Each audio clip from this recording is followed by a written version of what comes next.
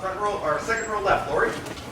Coach, Kevin Wilson brought up an interesting point the other day. That a player like Curtis Samuel, just the development he must have undergone while he was a practice player, basically. And you talked about elements of practice, and then not to have the carrot of being the bell cow on a Saturday. How do you get a player in the backup position to develop like Curtis Samuel, like Mike Weber did? Yeah, that's takes it. Sometimes people get impatient, and that's when you hear about guys transferring immediately. And I think Curtis comes from a great high school program with Danny Lamberg as his coach, and I'm sure they had many conversations. It was not easy to work your tail off, be that talented, and not be, like you said, the guy to be the primary player. You know, you move Braxton Miller to H, and then you have Zeke, and a guy like that, you know, probably a lot of places would have been the starter. He waited his turn, he worked his tail off, and he's getting rewarded for it now. So I think that is a great story, you know, where I'd say probably 60% would say I'm out. And I don't think it's usually the kid or the young, I shouldn't say kid, the young man. It's maybe it's a high school coach, maybe it's that third uncle that I always talk about that doesn't know, I was going to say some bad language, doesn't know that he doesn't know. So I think that's a great story. You're right. I'm so busy I don't think about it, but yeah, if he had one of those third uncles advising him that I'm going to check at this place out there, and he probably would have moved on, but he doesn't have that. He has wonderful parents and a great high school coach, and he's a great kid. How much of the logistics of your practice is spent making sure that you have depth and that the backups are developing? I mean, as well as putting the game plan and getting your starters ready. A lot. You don't usually have that quality of player waiting in the wings, because if that quality of player usually comes in, he's in. But we had the perfect storm last year where all of a sudden, especially when Braxton moved into that lineup. Front row, Bill. Indiana, other than Michigan State, is like you guys talk about anyway. Yeah, if you remember a year ago, Indiana should have beat the team up north, should have beat or could have beat us. I've never felt, I've always had great reason. I think that coach is terrific. I've known him a long time, and I think they're a very good scheme. And in the last 4 years, the level of quality of player just continues to get better and better. So I don't know if I can give you a reason why yet, other than they're a good team.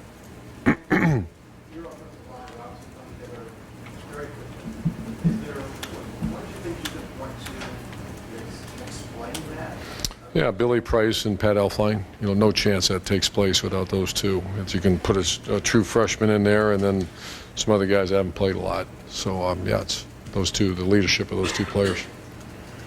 Front row, Dave. You expressed disappointment with the backup offensive line, right? Backup offensive line.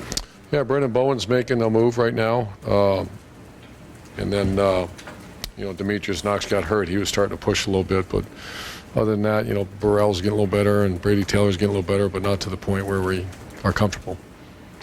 Second row middle, Ryan. When you're recruiting a guy like Terry McLaurin, who could have stayed home and probably could have had an easier shot at playing time at a place like Purdue or Indiana, how do you sell him to come to a school like this where every receiver is a four-star and you have to wait 3 years to really kind of get in there? Well, I think Terry's an interesting story in recruiting. He came to camp and he wasn't quite good enough, in our opinion. And I said, here's what you need to work on. Exactly. It was top end of routes, and it was ball skills, hand-eye, and just the catching a football in traffic. And he went home, and you can tell he did that every day for 2 hours. And he come back 2 weeks later, and you could tell he worked on it every day for 2 hours, and that was a no-brainer after that, because he's got the skill set. So I don't know if that answers your question. That's up to you maybe visit with Terry about that, but I think he wanted to be part of something special. Front row, Austin. Off the top of your head, has anybody made more of some of those late game situations, the blowouts that DeMario would call? It seems to flash every time you guys get him out there. Yeah, I think he's obviously a very good open field runner, and he does. That's a good way of putting it. Takes advantage of it. And your question is, has anyone taken advantage of it like he has? Yeah, I don't know. I think he's done a very good job when he's been in there. How much stock, how much value do you guys put into that? You can't predict when those situations are going to arise.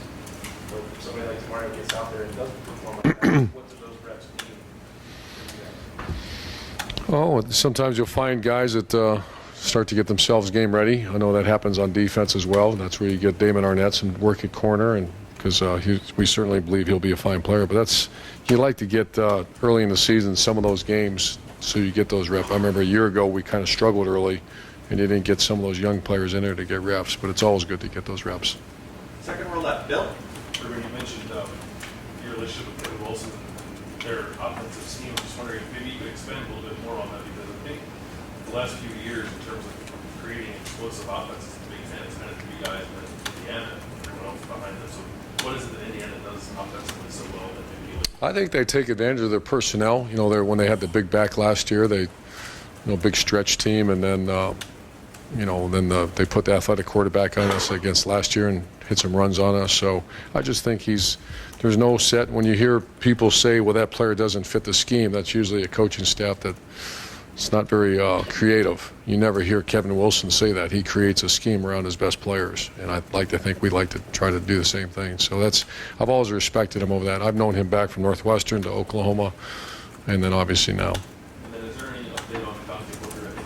I think Yeah, I think it's still probable. He's practicing. You know, he's not 100% yet, but we still have a couple more days.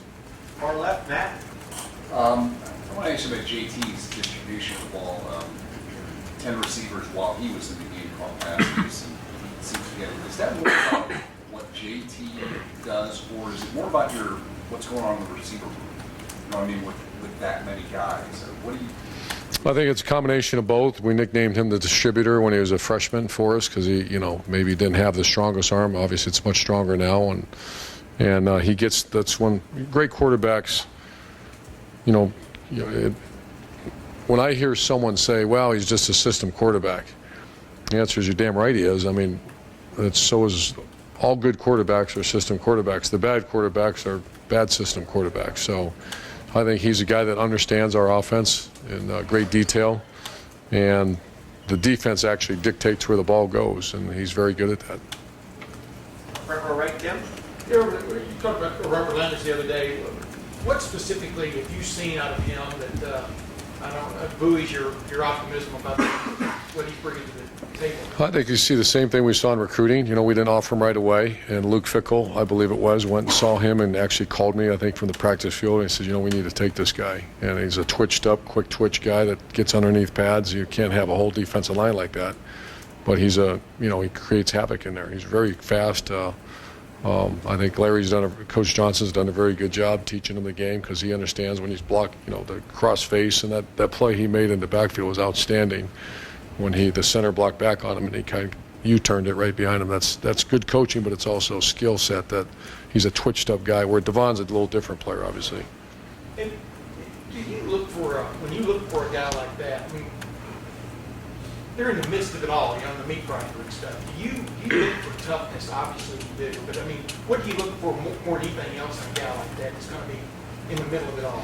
I always look at the competitive spirit of the guy, and I'll talk to, for example, he came from a great high school program, and you simply pick up the phone. If you trust that high school coach, how's he playing the fourth quarter? How's he playing the big games, rivalry games? And I don't overstep the boundaries on, for me to tell Larry Johnson to take a D lineman, I'm not going to do that.